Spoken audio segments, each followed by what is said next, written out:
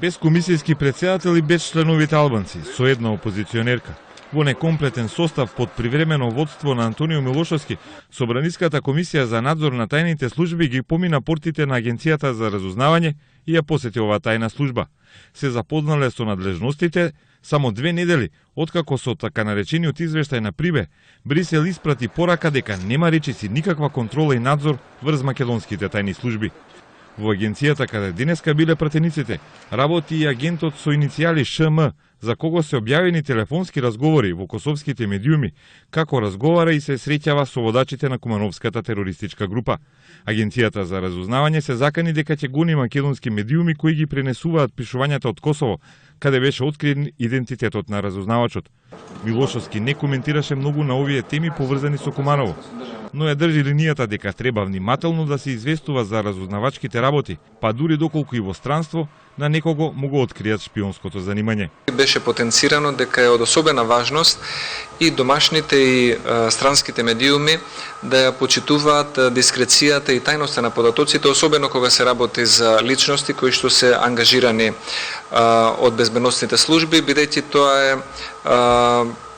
би рекол голема потреба за да може да се прибави некоја информација на дискретен и навремен начин. Така што замолницата од Агенцијата за разузнавање беше да се почитува тој принцип на анонимност. Од СДСМ останаа на петочниот став дека оваа посета не нуди ефикасен надзор и контрола на службите, затоа што нема представници на опозицијата, која го бойкотира собранието поради сомнежи за изборни манипулации на ланските вонредни избори. Ниту пратениците од УИН не биле на кафе муабет со разузнавачите.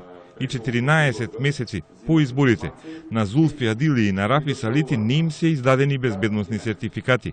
Бидејќи ние немавме такво образложение, некој да појаснува зашто пратениците не можат да добиват сертификат, токму затоа и сме во оваква состојба како што сме. Наши пратеници во континуитет не можат да добиват сертификати и не можат да учествуваат.